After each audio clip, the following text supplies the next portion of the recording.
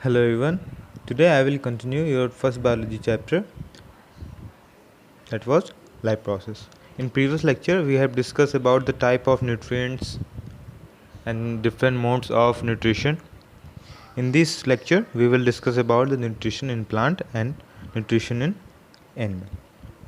So let's start our today's lecture, nutrition in plant. Green plant prepare their own food from simple inorganic substances like CO2, H2O. This process is called photosynthesis. तो यहाँ पे photo का मतलब क्या है? Light, and synthesis means banana. Okay, तो light के presence में फूड को बनाना उसे कहते हैं फोटोसिंथेसिस, और वही प्रोसेस अपनाते हैं प्लांट्स. प्रोसेस में जाने से पहले कि किस तरह से फोटोसिंथेसिस होता है, सबसे पहले ये देख लेते हैं कि मेनली होता क्या है.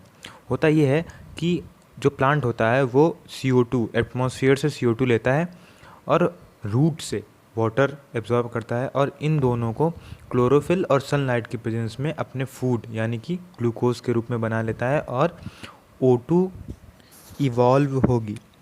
तो हमने देखा 6CO2, ये रिएक्शन बहुत ही इंपॉर्टेंट है और हमेशा एग्ज़ाम में आती है, तो इसको ज़रूर याद करें. 6CO2 plus 12H2O in the presence of chlorophyll and sunlight makes glucose C6H12O6 plus 6O2 plus 6H2O. ठीक है, तो हमने क्या देखा कि रिएक्टेंट के साइड 12H2O है और प्रोडक्ट के साइड 6H2O है. तो पूरा का पूरा वाटर यूटिलाइज नहीं हो जाता है ग्लूकोज बनाने में, कुछ वाटर बच जाता है. फिर यही वाटर रूट से आने वाले जो वाटर हैं उनके साथ मिक्स होकर फिर से दोबारा से इस रिएक्शन में पार्ट लेता है. फोटोसिंथेसिस को ऑकर होने के लिए, या यूँ कहें कि फूड को बनने के लिए प्लांट में कुछ बेसिक चीज़ों की रिक्वायरमेंट होती हैं, जिनमें से carbon dioxide, water, sunlight and chlorophyll बहुत ही ज़्यादा इम्पॉर्टेंट होते हैं. ठीक है, तो कार्बन डाइऑक्साइड प्लांट के अंदर कैसे जाएगा? प्लांट के अंदर वैसे तो हर जगह स्टेम हो, रूट हो या फिर लीव्स हो, गैस एक्सचेंज हर जगह से होता है, लेकिन मेनली लीव्स से होता है. ठीक है, तो लीव्स के अंदर छोटे छोटे पोर्स होते हैं जिनको स्टोमेटल पोर्स कहा जाता है. तो गैस का एक्सचेंज मेनली यहीं से होता है. तो कार्बन डाइऑक्साइड यहीं से प्लांट के लीफ के अंदर एंटर करती है. की बात करें तो वह है वाटर. वाटर लीफ में कैसे जाएगा? वाटर जो होता है वो ग्राउंड सरफेस में होता है, तो जो रूट्स होती हैं वो ऑस्मोसिस प्रोसेस के थ्रू रूट एब्जॉर्व करता है वाटर को, और रूट से लेके लीफ तक जो जाइलम गया रहता है, जाइलम के थ्रू फिर वाटर रूट से लीफ तक पहुंच जाता है. ठीक है, तीसरे रिक्वायरमेंट की बात करें तो वह है सनलाइट. सनलाइट बहुत ही ज़्यादा इंपॉर्टेंट रोल प्ले करता है. ये वाटर और कार्बन डाइऑक्साइड को कंबाइन करके ग्लूकोज बनाने में हेल्प करता है. तो ये सनलाइट कैसे, अपने आप तो एब्जॉर्व हो नहीं जाएगा लीफ में, तो ये क्लोरोफिल की सहायता से एब्जॉर्व होता है. ठीक है, तो जो चौथा रिक्वायरमेंट है क्लोरोफिल, उसकी सहायता से सनलाइट लीफ के अंदर एब्जॉर्व हो जाएगा.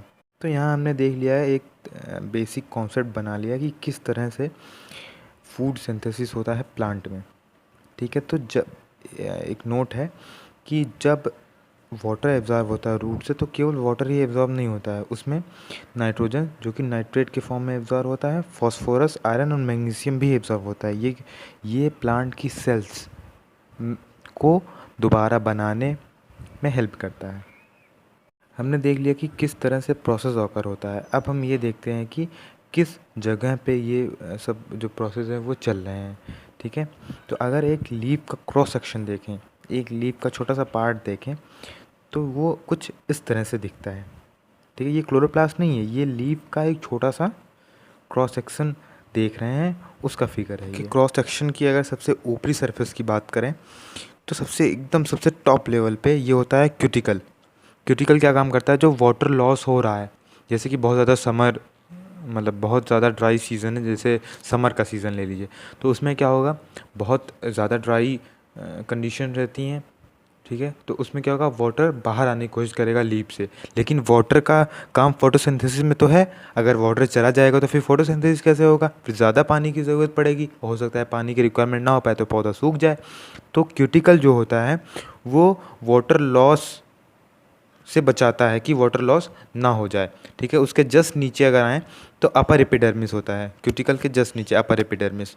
अपर एपिडर्मिस भी एक तरह से प्रोटेक्शन प्रोवाइड करता है। ठीक है, उसके अंदर अपर एपिडर्मिस और नीचे देखें लोअर एपिडर्मिस, अपर और लोअर एपिडर्मिस के बीच में जो चीज़ें होती हैं उसको कहते हैं मेसोफिल। मेसो का मतलब क्या है? Middle part.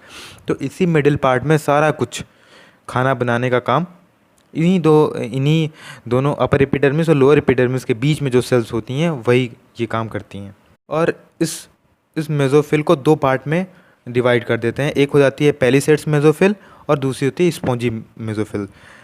पेलिसेड्स मेसोफिल की बात करें तो वो रेक्टेंगुलर शेप में होती हैं और बहुत ज़्यादा कंजस्टेड होती हैं। ठीक है, और अगर स्पॉन्जी मेसोफिल की बात करें तो ये इनके अंदर थोड़ा थोड़ा एयर गैप बहुत ज़्यादा होता है, मतलब बहुत ज़्यादा नहीं फिर भी ज़्यादा होता है पेलिसेड्स के कंपैरिजन में। ठीक है, तो और लोअर एपिडर्मिस नीचे बात करें तो यहाँ देखिए छोटे छोटे वो दिख रहे हैं, गार्ड सेल्स हैं और स्टोमेटा है। ठीक है, स्टोमेटा का एक पार्ट होता है गार्ड सेल। ठीक है, गार्ड सेल क्या काम करता है कि जो कार्बन डाइऑक्साइड एटमॉस्फेयर में है वो लीप में कितना एंटर करना है, या फिर O2 जो बन गया है, जैसे ग्लूकोज, जब ग्लूकोज बन जाता है तो उसके साथ O2 भी निकलता है। हमने पढ़ा ना अभी reaction 6CO2 + 12H2O gives C6H12O6 + 6O2। तो यहाँ O2 भी कहाँ से निकलेगा? इसी स्टोमेटा से निकलेगा। ठीक है, तो ये जो गार्ड सेल होती हैं ये अपना ओपन और क्लोज होती हैं अपने रिक्वायरमेंट के हिसाब से। तो ये देखते हैं कि कब कैसे ओपन और कैसे क्लोज होती हैं स्टोमेटा। तो देखिए, जब वाटर एब्जॉर्व करेगा रूट से, जब वाटर आया जाइलम के थ्रू, तो जब पानी इसमें ज़्यादा हो जाएगा तो ये क्या होगा? स्वेल हो जाएगा। जैसे ही स्वेल होगा ये ओपन हो जाएगा। वाटर आ गया, अब हमको चाहिए CO2, तो जब स्वेल हो जाएगा तो ये ओपन हो जाता है और उसी टाइम जितना रिक्वायरमेंट CO2 को होता है वो CO2 एंटर करता है। और जैसे CO2 एंटर करता है ये फिर से CO2 और H2 अपना रिएक्शन करते हैं और फिर से वाटर उसमें से ख़त्म हो जाता है, खर्च हो जाता है वो ग्लूकोज बनाने में, तो फिर से अपना ये क्या हो जाते हैं? क्लोज हो जाती हैं। जैसे हमने, ठीक है, ये सब तो हमने देख लिया। अब क्लोरोप्लास्ट की बात करें, ये सब तो बता दिया मगर ये तो नहीं बताया क्लोरोप्लास्ट कहाँ था। तो देखिए, जब इस क्रॉस सेक्शन की बात करें तो इसमें क्या होता है? ये जो मेसोफिल सेल्स होती हैं इनमें छोटे छोटे छोटे छोटे डॉट लाइक स्ट्रक्चर होते हैं। ठीक है, तो उनको कहते हैं क्लोरोप्लास्ट, और उस क्लोरोप्लास्ट के अंदर पाया जाता है क्लोरोफिल। ठीक है, और जो वाटर है वो देखिए यहाँ साइड में ये वेन्स दिख रही हैं, यही आपकी इसी में के अंदर जाइलम और फ्लोएम प्रेजेंट होता है। ठीक है, तो यहाँ से वाटर मिल जाएगा, CO2 हमने एटमॉस्फेयर से एब्जॉर्व कर ही लिया और क्लोरोफिल हमारा क्लोरोप्लास्ट में प्रेजेंट है। तो अब क्या प्रोसेस हो जाएगा? हाँ, अब फोटोसिंथेसिस हो जाएगा। मेनली हमने क्या देखा कि इवेंट कैसे ऑकर हो रहा है। पहला क्या था? Absorption of sunlight. क्लोरोफिल जो था वो सनलाइट को एब्जॉर्ब कर ले रहा है। और अगर दूसरा स्टेप देखें तो क्या हो रहा है? जो लाइट एनर्जी है, ठीक है, वो वाटर में हाइड्रोजन और ऑक्सीजन को तोड़ दे रही है और CO2 में भी C और O को तोड़ दे रही है। ठीक है, और उसके बाद तीसरे स्टेप में देखें तो reduction of carbon dioxide to carbohydrate. अब रिडक्शन क्या होता है? रिडक्शन मतलब एडिशन ऑफ हाइड्रोजन। तो CO2 में कोई हाइड्रोजन था? नहीं था। ठीक है, तो इसमें क्या होता है? एडिशन ऑफ हाइड्रोजन होता है। तो H2O को लाइट एनर्जी ने तोड़ा H और O के अलग अलग फॉर्म में, H2O को H और O के फॉर्म में तोड़ दिया, तो उसका जो H है अब CO2 के साथ कंबाइन कर जाएगा। तो उसी को बोल रहे हैं reduction of carbon dioxide to carbohydrate. Carbohydrate का मतलब यहाँ क्या है? C6H12O6 जो ग्लूकोज बन रहा है उसके बारे में ये बात कर रहा है। और ये ज़रूरी नहीं है कि ये सारे प्रोसेस स्टेप बाय स्टेप हों। अगर डेजर्ट प्लांट की बात करें तो वहाँ पे क्या होता है? दिन में बहुत ज़्यादा धूप होती है, तो अगर मॉर्निंग में ये बनाने की कोशिश करें फूड तो वाटर लॉस होने की चांसेस बहुत ज़्यादा हैं। तो क्या होता है? दिन में ये क्या करते हैं? हीट एनर्जी को एब्जॉर्व कर लेते हैं, उसके बाद ये फूड बनाते हैं रात को। ठीक है, तो ये ज़रूरी नहीं है कि ये स्टेप बाय स्टेप चले कि अब सनलाइट ने एब्जॉर्व किया, अब तुरंत के तुरंत कार्बन डाइऑक्साइड, उसके बाद वाटर, ऐसे करके। तो ये स्टेप बाय स्टेप कभी कभी नहीं भी चलता है। ठीक है, तो यहाँ पे हमने ये देख लिया कि किस तरह से फोटोसिंथेसिस होता है और इसमें क्या क्या चीज़ें रिक्वायर होती हैं और लास्ट में प्रोडक्ट क्या बनता है। जो प्रोडक्ट बन गया, अब ग्लूकोज बन गया, तो ग्लूकोज सारे पार्ट्स में डिवाइड हो जाएगा जहाँ जितनी उसकी ज़रूरत रहती है। बाकी फोटोसिंथेसिस के बाद जो फूड प्रिपेयर हुआ, जो कार्बोहाइड्रेट हुआ, वो बिल्कुल सिंपल शुगर के रूप में, ग्लूकोज के रूप में ये प्रिपेयर हो गया, ठीक है। अगर एक्सेस है तो ये स्टार्च के रूप में लीफ में जाके स्टोर हो जाता है, ठीक है। ओके, सो अब अगले टॉपिक पे बात करते हैं, न्यूट्रिशन इन एनिमल्स। एनिमल में हमने क्या देखा कि सेल्स होते हैं और फिर सेल को कंबाइन करके टिश्यू होता है और टिश्यू को कंबाइन करके ऑर्गन्स होता है। तो मल्टी सेलुलर ऑर्गेनिज्म में क्या होता है, हम एनिमल या फिर एनिमल में हम ह्यूमन भी हैं, तो एनिमल में क्या होता है कि सारी अलग अलग चीज़ों को करने के लिए हमारे पास अलग अलग ऑर्गन्स होते हैं। तो डाइजेस्टिव सिस्टम में बात करें तो जो डाइजेशन में पार्ट लेते हैं, जहाँ से फूड होके गुजरता है, उसको कहते हैं एलिमेंट्री कैनाल, ठीक है। और जो ग्लैंड्स, जैसे अब हमने उसमें पढ़ा था एंजाइम्स क्या होते हैं, कैटलिस्ट के काम करते हैं जो उस रिएक्शन को स्टार्ट कर सके, ठीक है। तो जो एंजाइम्स को सीक्रेट करते हैं ताकि फूड को डाइजेस्ट किया जा सके, उसको कहते हैं ग्लैंड्स। तो जो डाइजेस्टिव सिस्टम होता है एनिमल्स का, वो दो पार्ट में डिवाइड होता है। एक होता है एलिमेंट्री कैनल, जहाँ से फूड पास होते होते होते होते होते होते डाइजेस्ट हो जाता है, और एक होता है जहाँ से वो एंजाइम्स निकलते हैं, उनको कहते हैं ग्लैंड्स। तो देखते हैं, ये डायग्राम देख लीजिए। ये लास्ट में जब ये सब आपको एक एक स्टेप बता दूंगा, उसके बाद फिर लास्ट में ये दोबारा से ये डायग्राम दिखा के बताऊंगा, तो उस टाइम आपको लगेगा हाँ अब मुझे सब कुछ समझ में आ गया। तो देखिए, अगर स्टार्टिंग में बात करें तो होता कैसे है, जैसे यहाँ है, ठीक है, फूड माउथ से होते हुए, ओइसोफेगस से होते हुए, सॉरी स्पेलिंग थोड़ी सी गलत है, ओइसोफेगस होगा, ठीक है, ओ आगे होगा, ओइसोफेगस से होते हुए स्टमक, स्टमक से स्मॉल इंटेस्टाइन, स्मॉल इंटेस्टाइन से लार्ज इंटेस्टाइन, और फिर रेक्टम, उसके बाद एनस, ठीक है। तो एनिमल डाइजेशन की अगर बात करें तो ये मेनली 5 स्टेप्स में होता है।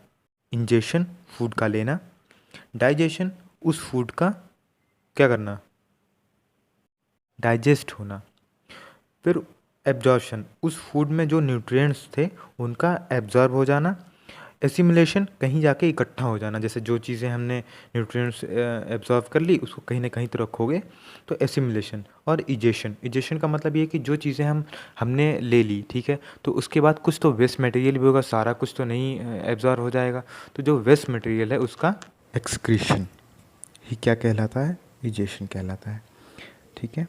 अब पहले स्टेप इंजेशन की बात करें तो इंजेशन का मतलब होता है इनटेक ऑफ फूड।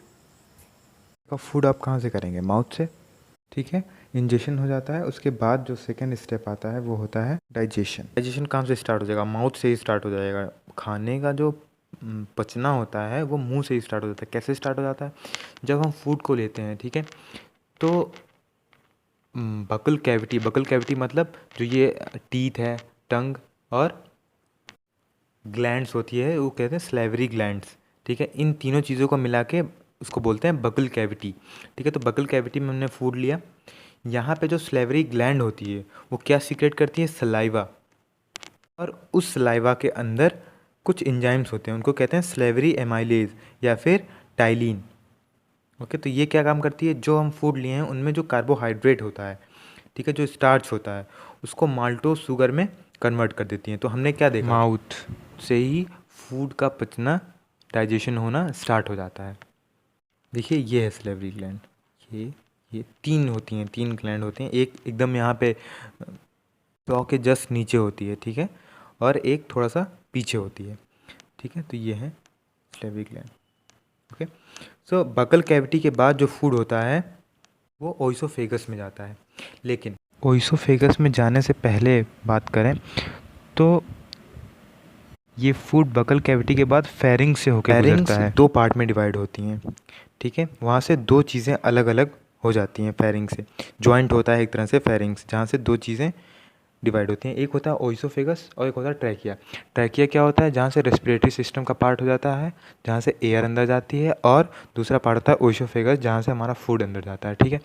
तो फूड आया, ठीक है, तो ओइसोफेगस में जाएगा या फिर ट्रैकिया में जाएगा, क्योंकि और आगे अगर बात करें तो ट्रैकिया होता है, पीछे ओइसोफेगस होता है, ठीक है। तो चांस कहाँ है जाने का, ट्रैकिया में। तो इसको बचाने के लिए कि फूड ओइसोफेगस में ही जाए, एपिग्लोटिस ईव शेप का कार्टिलेज होता है जो फूड को ट्रैकिया में ना है उसे प्रिवेंट करता है और ओइसोफेगस में उसको भेजता है। इससे देखेंगे, आइए देखते हैं कैसे ये प्रोसेस होता है। हमने फूड को इनटेक किया माउथ के थ्रू। अब देखिए फेरिंग्स दिख रहा है, फेरिंग्स के पास ही क्या है, एपिग्लोटिस। एपिग्लोटिस ने क्या किया, प्रिवेंट कर लिया फूड को कहाँ न जाने से, ट्रैकिया में न चला जाए, इस वजह से उसने प्रिवेंट कर लिया और वो ओइसोफेगस में भेज दिया। ठीक है, एपिग्लोटिस की हेल्प से अब फूड जो है ओइसोफेगस में पहुंच गया। ओइसोफेगस का एक मस्कुलर पाइप लाइक स्ट्रक्चर है। इसमें ऐसा नहीं है कि जैसे पाइप में ऊपर ऐसे फूड डाला और सीधे नीचे पहुंच गया, ऐसा नहीं होता है इसमें।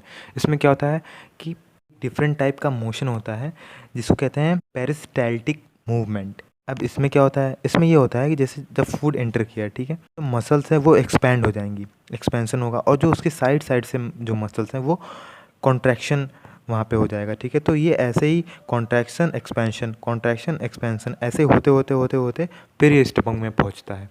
ठीक है, इसीलिए जब आप या तो सोते रहें या फिर सोते सोते खा लें कोई चीज़ तो भी पेट तक ही पहुंचती है, या फिर उल्टा लटक के खा लें तो भी पेट तक ही पहुंचती है। ऐसा नहीं है कि नहीं वो सीधे नीचे जा जाएगा। ठीक है, तो ये फिगर में देखिए कैसे एक्सपेंशन और कॉन्ट्रैक्शन होते होते होते होते ये स्टमक तक पहुंच जाता है। अब अगर स्टमक की बात करें, फूड कहाँ से चला है, स्टमक में।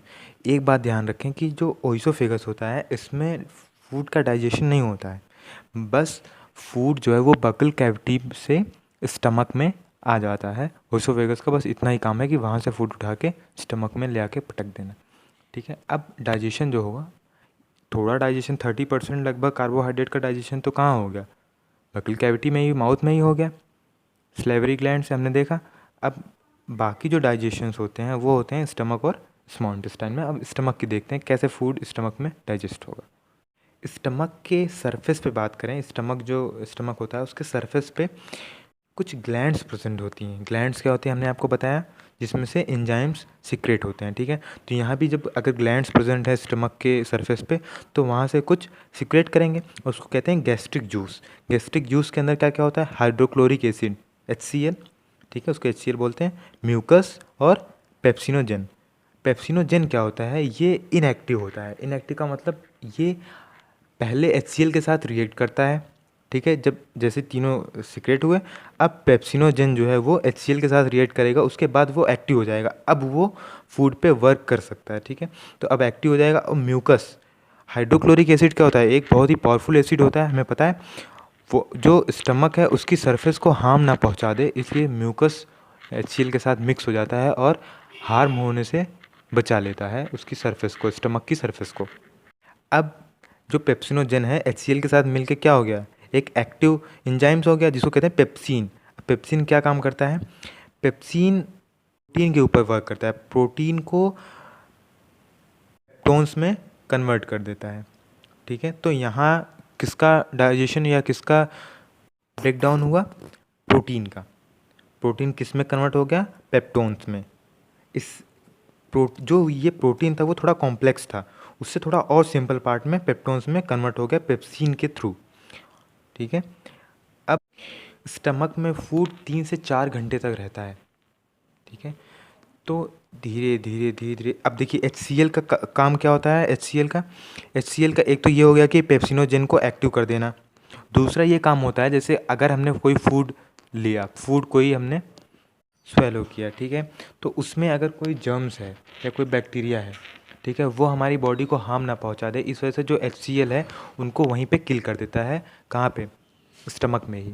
ठीक है, तो 3 से 4 घंटे तक फूड वहीं पे रहता है, उसके बाद वो फूड निकल के स्मॉल इंटेस्टाइन में पहुंच जाता है। स्मॉल इंटेस्टाइन में फूड्स के साथ क्या होता है, सबसे पहले क्या होता है कि स्मॉल इंटेस्टाइन में कुछ ग्लैंड्स के द्वारा एंजाइम्स जो सीक्रेट होते हैं वो स्मॉल इंटेस्टाइन में जाते हैं। सबसे पहले ये देख लेते हैं कि कौन कौन से ग्लैंड की मदद से एंजाइम सीक्रेट होकर स्मॉल इंटेस्टाइन में जाते हैं। अगर पोजीशन देखें तो स्टमक के जस्ट ऊपर लीवर होता है, लीवर का साइज़ बहुत बड़ा होता है। ठीक है, तो स्टमक के जस्ट ऊपर होता है लीवर, और लीवर से जो एंजाइम सीक्रेट होता है वो जाता है गाल ब्लैडर में। ठीक है, देखिए गाल ब्लैडर दिख रहा है, यहाँ से गाल ब्लैडर में जाता है, स्टोर हो जाता है, जो लीवर में एंजाइम बनता है। और अगर स्टमक के जस्ट पीछे बात करें तो यहाँ पे हमको क्या दिख रहा है, पैनक्रियाज दिख रहा है। पैनक्रियाज होता है वो लार्जेस्ट ग्लैंड होता है हमारी बॉडी में, जो कि स्टमक के पैरेलल और जस्ट बैक साइड में प्रेजेंट होता है। तो देख लिया कि लीवर कहाँ प्रेजेंट है, स्टमक के ऊपर, और ये बहुत बड़े साइज़ में होता है लीवर, ठीक है। और हमने देख लिया पैनक्रियास कहाँ प्रेजेंट है, स्टमक के जस्ट बैक साइड पैरेलली, ठीक है। अब ये देखते हैं कि लीवर से क्या सीक्रेट होता है और ये किस न्यूट्रिएंट पे वर्क करता है, और पैनक्रियास से क्या सीक्रेट होता है और किस न्यूट्रिएंट पे वर्क करता है, ये बहुत ही इंपॉर्टेंट है। लीवर से सीक्रेट होता है बाइल। बाइल जो होता है वो बेसिक नेचर का होता है, ठीक है, और इसमें कुछ साल्ट्स प्रेजेंट होते हैं। क्या वर्क होता है ये भी देखते हैं, ठीक है, लेकिन वो किस नेचर का होता है, बेसिक नेचर का, ठीक है। इसकी मैन्युफैक्चरिंग बाइल की कहाँ होगी, लीवर के अंदर होगी, मगर जो ये बन जाएगा उसके बाद ये स्टोर होता है गाल ब्लैडर में। उसके बाद गाल ब्लैडर से बाइल डक्ट होता है, जिससे होते हुए कहाँ चला जाता है, स्मॉल इंटेस्टाइन में, ठीक है।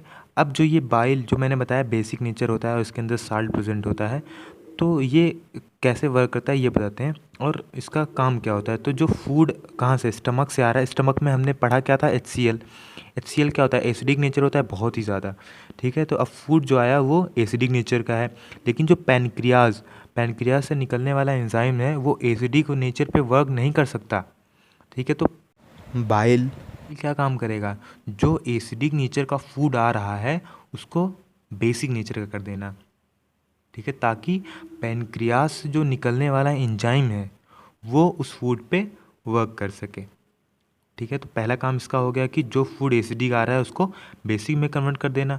और जो दूसरा वर्क होता है बाइल साल्ट का, वो ये होता है कि जो फैट होते हैं, ठीक है, उनको छोटे छोटे टुकड़ों में तोड़ देना। छोटे छोटे टुकड़ों में तोड़ देगा तो क्या होगा, जो एंजाइम्स उस फैट को एब्जॉर्व करेंगे उनके लिए आसानी हो जाएगी, ठीक है, तो इफ़िशियंसी बढ़ जाएगी, ठीक है। तो इस वजह से इनको छोटे छोटे टुकड़ों में तोड़ देता है। कौन तोड़ता है, बाइल साल्ट, ठीक है।